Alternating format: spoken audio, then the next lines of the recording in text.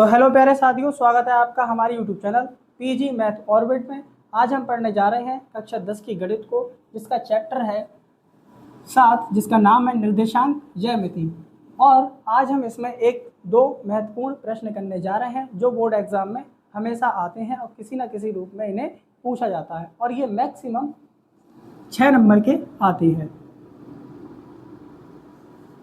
तो आइए इन्हें हल करते हैं। इसमें कहा है उस बिंदु के निर्देशांक ज्ञात कीजिए जो बिंदुओं -1,7 और 4,-3 को मिलाने वाले रेखाखंड को 2:3 के अनुपात में विभाजित करता है।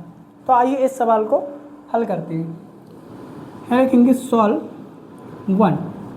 हमें बिंदु दिए हैं इसमें -1,7 और दूसरा दिया है 4,-3, और जो हमें अनुपात दिया है वह दिया है 2:3।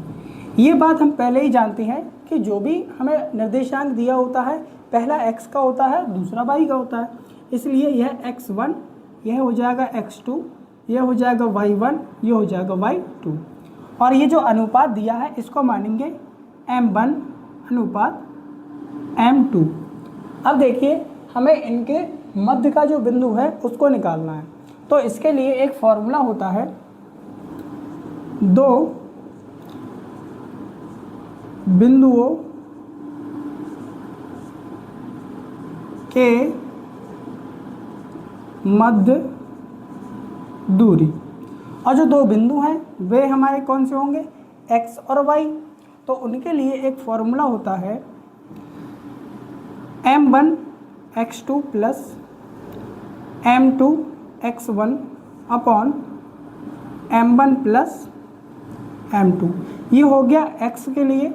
और यहीं पर एक और होता है फॉर्मूला इसी में, m1 y2 plus m2 y1 upon m1 plus m2। ये फॉर्मूला होता है हमारा दो बिंदुओं के मध्य की दूरी, या फिर दूरी कह रहे हैं, या फिर मध्य निर्देशांक। दूरी नहीं होगा, निर्देशांक। ठीक, आइए अब इसको हल करते हैं। हमें m1 का मान दिया है 2 और x2 का मान हमें दिया है 4, तो गुणे 4 प्लस m2 का मान दिया है 3 गुणा, और x1 का मान हमें दिया है -1, यानी कि -1 बटे m1 प्लस m2, यानी कि m1 और m2 ये दोनों आपस में जुड़ जाएंगे। 2 + 3 कॉमा m1 का मान दिया है 2 गुणे y2 का मान हमें दिया है -3, तो -3 से गुणा कराएंगे, प्लस m2 दिया है 3 गुणा और y1 दिया है 7, तो 7 लिखेंगे, और m1 प्लस m2 यानी 2 + 3। इसको आगे सॉल्व करेंगे। यहाँ आ जाएगा 2 चौक 8 प्लस माइनस हो जाएगा 3 एकम 3 बटे 5 हो जाएगा 2 और 3 कॉमा, इसी तरह से इधर 2 3 6 यानी कि -6 प्लस 7 3 21 बटे 5। आगे सॉल्व करेंगे इसे। यहाँ पर 8 में से 3 जाएगा, बचेगा 5 और नीचे बचेगा 5 कॉमा, इधर 21 में से जब हम 6 को माइनस करेंगे तो हमारा बचेगा 15 बटे 5। अब यहाँ पर देखिए 5 से 5 कट रहा है, यानी कि 5 एकम 5, 1 बचा, 5 3 15, यानी कि जो निर्देशांक निकल के आए वह निकल के आए 1,3। ये किसके हैं, x, y। और इस सवाल में हमसे यही पूछा था कि उस बिंदु के निर्देशांक ज्ञात कीजिए जो बिंदुओं -1,7 और 4,-3 को मिलाने वाले रेखाखंड को 2:3 के अनुपात में विभाजित करता है। तो वो बिंदु के निर्देशांक होंगे 1,3, यानी कि x का मान होगा 1 और y का मान होगा 3। इसी प्रकार हम करेंगे अगले सवाल को। अगले सवाल में हमसे कहा है यदि बिंदु 1,2, 4,22, x, 6 और 3,5 इसी क्रम में लेने पर एक समांतर चतुर्भुज के शीर्ष हो तो x और y के मान ज्ञात कीजिए। हमें इसमें x और y के मान ज्ञात करने हैं और जो चतुर्भुज बनना है वह बनना है समांतर चतुर्भुज। आइए अब इस सवाल को हल करते हैं। सबसे पहले हमसे कहा एक क्या है, समांतर चतुर्भुज।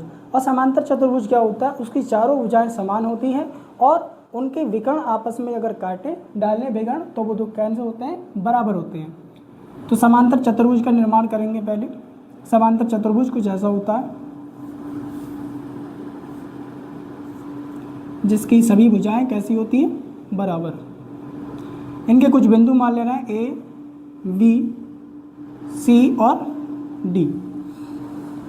अब हमें इसमें जो बिंदु दिए हुए हैं उनको एक तरफ से पहले वाले को ए मान लेंगे, इसको बी, इसको सी और इसको डी। यानी कि जो ए का मान आ जाएगा वह क्या आ जाएगा, ए बिंदु आ जाएगा 1,2 और बी आ जाएगा 4,y और सी आ जाएगा x,6 और जो डी है वह आ जाएगा 3,5। यानी कि इस ए का मान क्या हो जाएगा 1,2, बी का हो जाएगा 4,y, सी का हो जाएगा x,6 और डी का हो जाएगा 3,5। अब हमसे कहा है कि इसमें क्या ज्ञात करना है, हमें x और y के मान ज्ञात करने हैं। और अगर समांतर चतुर्भुज है तो इसके अगर हम विकर्ण को मिला दें तो ये जो दोनों मिलकर के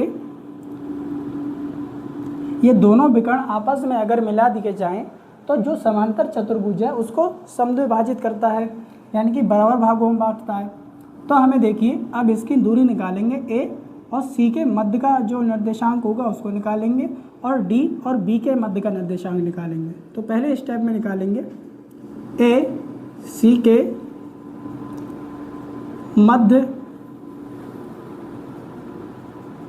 मध्य बिंदु।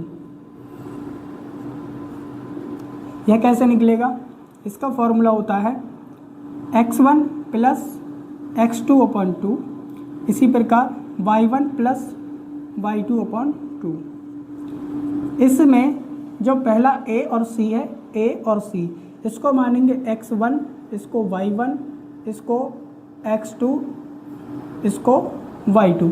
तो x1 की वैल्यू कितनी आएगी 1 प्लस x2 की वैल्यू कितनी आएगी x/2 और y1 की वैल्यू कितनी है 2 प्लस y2 की वैल्यू कितनी है 6/2।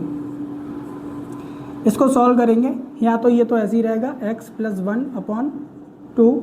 यहाँ पर देखिए 2 और 6 जुड़कर हो जाएंगे 8। 8 को जब 2 से भाग करेंगे तो बचेगा 4, यानी कि जो y का मान निकलेगा वह निकलेगा 4। ये हमारे आ गए a और c के मध्य के बिंदु x, y। अब इसी प्रकार निकालेंगे b और d के मध्य बिंदु नंबर 2, v d के मध्य बिंदु। इनके भी सेम वही फॉर्मूला लगेगा ऊपर वाला, x1 plus x2/2, y1 plus y2/2। इसमें भी मानेंगे जो v1 है इसको मानेंगे x1, y1 और ये आ जाएंगे बिंदु x2 और y2। x1 का मान हमें दिया है 4 प्लस x2 का मान हमें दिया है 3/2, y1 का मान हमें दिया है y प्लस y2 का मान हमें दिया है 5/2। इसको सॉल्व करेंगे, यहाँ आ जाएगा 7/2, y प्लस 5/2। ये बिंदु आ गए हमारे b और d के मध्य। b और d के मध्य के जो बिंदु हैं वो आ गए 7/2 और y प्लस 5/2। अब देखिए हमें किसके मान निकालने हैं, x और y के मान निकालने हैं। x और y के मान निकालने के लिए क्या करेंगे, यहाँ मैं एडजस्ट कर दूँ थोड़ी जगह। यहाँ लिखेंगे पहला x के मान के लिए। जब हम x के मान के लिए निकालेंगे तो दोनों निर्देशांकों में से जो x की वैल्यू है उसको दूसरी वैल्यू के बराबर रख देंगे, फिर हमें x का मान पता लग जाएगा। पहली वाले में हमें x का मान क्या दिया है 1 + x/2 और दूसरे वाले में दिया है 7/2।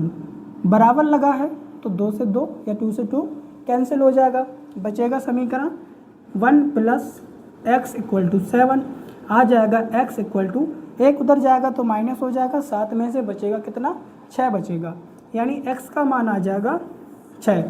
अब हमें निकालना है y का मान। जैसे हमने इसको निकाला है ठीक उसी प्रकार से हम निकालेंगे y के मान को। यहाँ लिखेंगे y के मान के लिए। अब जो y का मान दिया है पहली समीकरण में क्या दिया है 4, तो 4 को जो दूसरी समीकरण में दूसरे निर्देशांक में दिया है उसको रख देंगे। यहाँ पर दिया है y + 5/2 आ जाएगा y + 5/2। यहाँ क्रॉस मल्टीप्लाई करा देंगे इसकी इधर और इसकी इधर। जब इसकी इधर कराएंगे आ जाएगा 4 दूनी 8 बराबर y + 5। इसको आगे सॉल्व करेंगे आ जाएगा y बराबर 8, जब 5 इधर जाएगा तो ये माइनस का हो जाएगा, यहाँ बचेगा y बराबर 3। यानी कि जो x का मान आया वह निकल के आया 6 और y का मान जो निकल के आया वह निकल के आया 3। और इस सवाल में हमसे यही पूछा था। आशा करते हैं लेक्चर अच्छा लगा होगा। अगर लेक्चर अच्छा लगा है तो इसे लाइक, कमेंट और शेयर करना ना भूलें। धन्यवाद।